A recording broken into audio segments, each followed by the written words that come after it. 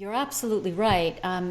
We can't just take these live events and plop them in, I love that. Can't plop them into a video conference and have the same effect by any stretch of the imagination. You also said that you believe that the live events will come back. Of course, of course. We're And they will, social animals. We're social animals. We need to be together. and it's never been as clear. It's Yeah. never been as clear. It's funny, you don't know what you've got till it's gone, Yeah. right? You don't know what Yeah. you've got till it's gone. That the connection that we can make on a human level is just simply not addressed digitally. So we have to adjust and do the best we can with in this moment. But I agree with you that they'll be back, and they'll be back with a vengeance. With a vengeance, people They will be will. so I mean, hungry for it. they will. They will be different. I think the world we had. There's a lot of things I don't know for sure, but what I do know for sure is what we had 30 days ago, 90 days ago, even 2 years ago, is gone. That's gone. The future is going to be different, and how we put on events. So the high touch. I think it's going to be more service focused. So the big mass buffets will go. The all the touch points that you have throughout a conference. I think there's going to be more. Places, as you go around, whether there's hand sanitizer pumps or whatever. So I think that's going to be huge. How do we make our live events, and it could be any live event from a wedding to a large scale conference, how do we make it safe that people will want to travel to come to our event as well? Do you think that that's just a matter of letting enough time elapse? Because I think you're also right about that. It's sure, the pandemic will flatten the curve, fewer people will die, fewer people will become seriously ill, or they'll come up with with mitigation, medical mitigation, where they can prescribe certain medications that will, flatten people's people won't get it as severely, or they'll be able to treat people better. But that's still going to put people will still feel so worried, right? About I mean, I haven't had it. One of my kids had it, but I haven't had it, and I worry about that, even in the future. What I said earlier in terms of the events industry ties into the travel industry, that ties into the hospitality industry. Yeah. I don't know. We don't know what No. the travel industry is going to look like. Will international people be able to fly again?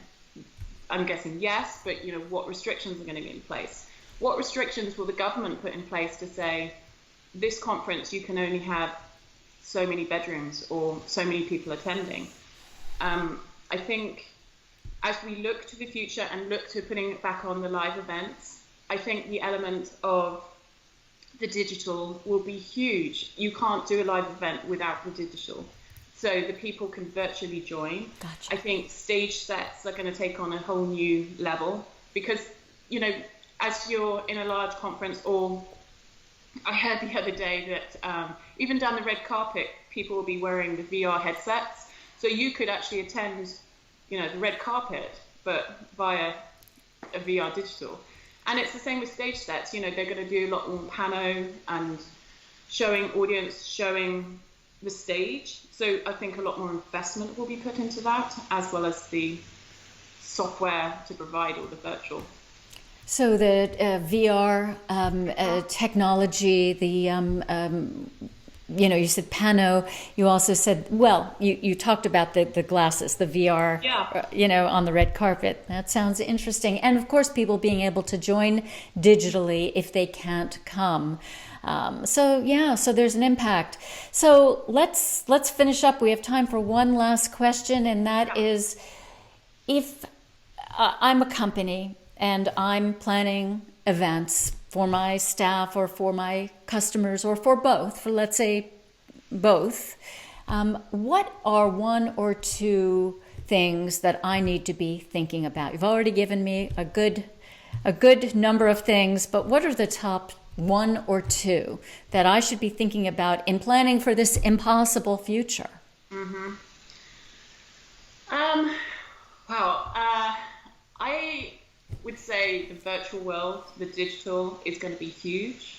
As you plan events, I think as I said before, it's used to be a nice add-on. I think it will now be essential that you have an option that people can virtually join your event. And that could be anything, really. If you take the esports world, I do quite a bit in the esports world. They do live events, but they also stream to millions. And I think by bringing in that digital element to your event as well, you're not just targeting, let's say, the 300 people at your gala dinner or the thousands of people that attend your conference. You have the opportunity to touch thousands more by going into the digital world. So I would say, and we don't know what the future is going to hold right now. We really don't. No. So I'm spending a lot of time in the virtual world and the digital world, ensuring my clients are set up for success. And I would say do the same as well. See what elements of technology can support your event. Okay, so that's so helpful.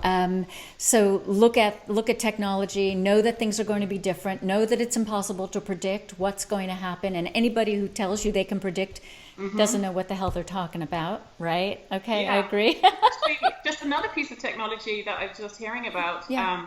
As you can tell, I'm just constantly resourcing technology. Absolutely. And it actually ties into what you offer as well in terms of presentation skills as well. A lot of presenters are not used to being on camera or not having an audience. And so there's this new technology potentially coming out where they'll be able to detect the viewer's emotions. So it will help presenters when they're presenting onto a video. Good to know, because in fact I have a video that I posted today on social about how I think video conferencing is even more exhausting than being in person, because you're playing to that camera and it doesn't give anything back. Yeah. And so that's where you get a lot of your energy as a speaker. So thanks, I appreciate that. I'll look into it. Yeah, good. Caroline, thank you so much. This has been so helpful. I wish you well, stay well, and we'll talk again soon.